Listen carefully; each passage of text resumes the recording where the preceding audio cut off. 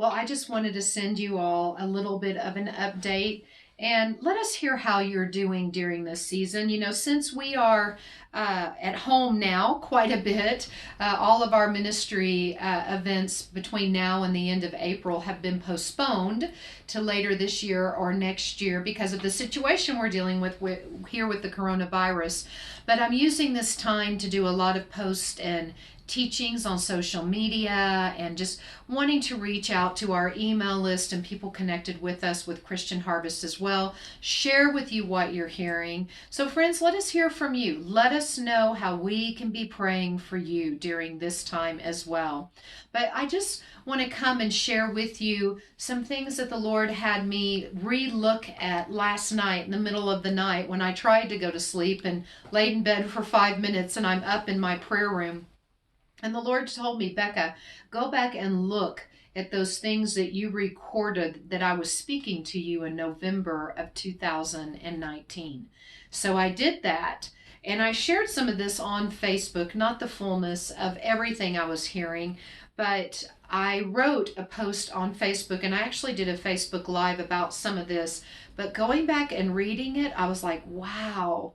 And sometimes we're hearing things and we're seeing it and we're writing it down, how we're seeing it or hearing it, but we might not fully understand the fullness of what it's going to look like till we're there. And I fully believe with what I was hearing that is the case. So I just wanted to share with you. Many of you have already heard me talk about reset. We sent this newsletter out in December about reset, shared the key story, but I've really been hearing this word now. And in this season of reset for us personally, I would say at the beginning of January 2018. But the Lord is just taking it deeper and deeper and wider, or more and more. And I wanted to just give you some of the words that I had written down in November of last year in intercession. The Lord spoke the word reset to me. And He said, it is a time to reset, to realign, and to unlock. And I've given you these definitions before, but just to remind you, reset means to set again or new. Think about an Etch-a-Sketch, right? When we were kids and we draw on that Etch-a-Sketch and we're like, we don't like the way that looks. And we would shake it and it would go blank and then we'd start writing again or drawing again. Or then think about our cell phones. It's time for a new update, right? Or we've got to reset our cell phones. And so when we do it, everything first goes blank and then it comes back up and now it's reset and updated and it's for the intention of functioning better. So reset literally means to set again or new. It's an act of resetting to the initial state. And it is also an evolving military term used to describe the equipment refurbishment process. Now hold on to that thought for a minute. Then the last definition in U.S. military terms, reset refers to a series of actions to restore units to a desired level of combat capability commensurate with future mission requirements. So then after I heard that word reset and I looked up those definitions, listen to what I wrote down in November. This is what the Lord spoke to me. He said, we are in a time of reset personally, corporately, and in the nations. We are being refurbished in the spirit to be restored to a desired level of combat capability, consistent and in accordance with what will be necessary for kingdom mission requirements in this time. Wow, isn't that awesome? Then I heard the word unprecedented. And He said it would be in a season of unprecedented moves or occurrences, like things that we had not ever seen have happened before. And then He said that in the midst of those, this would lead to unprecedented breakthroughs and an unprecedented harvest, like a harvest of souls, an awakening. So I looked up the word unprecedented. And it means really good things and negative things. It means unparalleled, never having happened or existed, unheard of, exceptional, new, novel, unusual, abnormal, unrivaled, and freakish. So, guys, we are in the moment with this coronavirus and the situation in our nation and the nations of the world. We are in an abnormal, unparalleled, freakish, unprecedented occurrence with this coronavirus. I'm going to say right here, right now, before I finish this, I do not believe that this coronavirus is judgment. I do not believe God unleashed this as judgment. What I do believe is God is using what man and the enemy has meant for harm, and he's turning it, and he's going to use it for good. And some of you might disagree with that. Do I feel like God's going to use this to expose corruption and corrupt hands? And I'm going to speak very frankly with our newsletter. I already did this on the Psalm 91 teaching. Wuhan, China, where this came from. It is actually, they have biological labs in those areas where they've been doing experiments with biological weapons and viruses. That is a known fact. That's true. And we, as our prayer assignment, have been doing a strategy that the Lord gave us for the past 2 years. We're heading into this year, the third year, to follow the money trail, deal with the corrupt structures of the money trail. And so I will say this, that even the mapping that has been done in the nation of China, when I've gone and worked with the prophetic intercessors, they've mapped out key places, and on a map of China, which maps out the image of a dragon, and Wuhan is the heart of the dragon. And I fully believe that this is a antichrist assignment through this virus that is being sent out to cause fear and chaos and confusion and death across the world.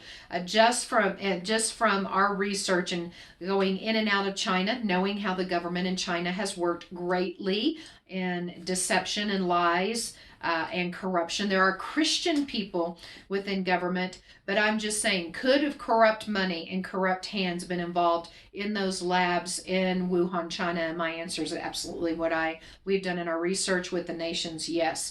But we're in this unprecedented moment with this coronavirus, but I also believe we're in this unprecedented time, an unparalleled time of reset for us, where we're in a time of rest. Many of us, like those of us that, like I said, that are itinerant ministers, are not traveling the nation and the nations right now. And many, like all the salons here in Colorado, beauty salons have been shut down till April 30th. Schools are being postponed. California right now is basically in a lockdown unless you go to the store or you need to get outside to go for a walk, things like that. And so we're in an unprecedented time, but I believe God is using this for there to be an unprecedented moment of reset, for us to pause and to have time with Him. I also believe that we must be speaking out and praying that this coronavirus stop. We speak out and have faith in Him. No fear. We cannot show any fear. We have to be calm in the midst of this. We need to do what our government officials are asking us to do. Friends, listen, I'm on a call with the White House with faith-based leaders. So I've been on 3 calls this week. So not only are we seeing the news conferences, but I'm on calls with the White House. They're saying we can say this, so I'm saying it. And we're hearing them talk. This is not persecution coming against the Christian church. What they are doing is they're trying to stop the spread of this virus and to protect the United States. These are recommendations and from the federal government. At the state level, governors and mayors and city officials, they are having to deal things within their states at the level they feel like they need to deal with it in order to protect their citizens. But this is something they're trying to do to stop this coronavirus. Guys, what's happened in China, it was devastating in Wuhan. What's going on in Italy, they waited too long. It is devastating what's going on there. And there's mapping that we're already doing following the trace of this also from China. But even in Spain, where it went there, this coronavirus, where it's gone to Italy, A lot of elderly people live there, but it's also where they worship Saint Corona, who is a saint that is worshipped and revered there and prayed to there. And this is the saint for plague and pestilence and death. So I'm just, anyway, so we have to start getting spiritual eyes for those of us that are prophetic warriors and intercessors. But listen to me. He showed me in this unprecedented time, when we take time with him, we read the word, we spend time with family, we have encounters with him, that this would this would be a time of intercessory awakening and assignments that will uproot, dismantle, and dethrone. There will be chaos in this season, but he will give the strategy to overturn and overthrow, and the structures of Egypt will be overturned. Don't run from the chaos that is in the spirit realm, but in intercession, run to it as prophetic warriors, as David ran toward Goliath and threw the stone that defeated the giant.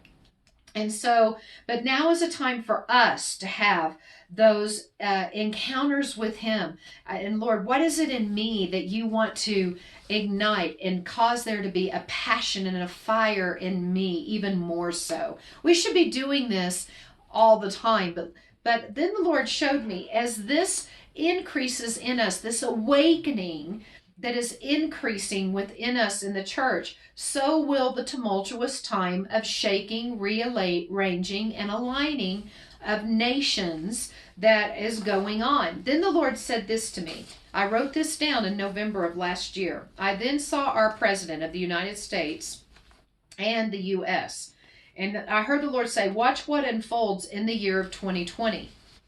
It is a time to boldly speak my truth, for my church is to be of great influence, because there will be great different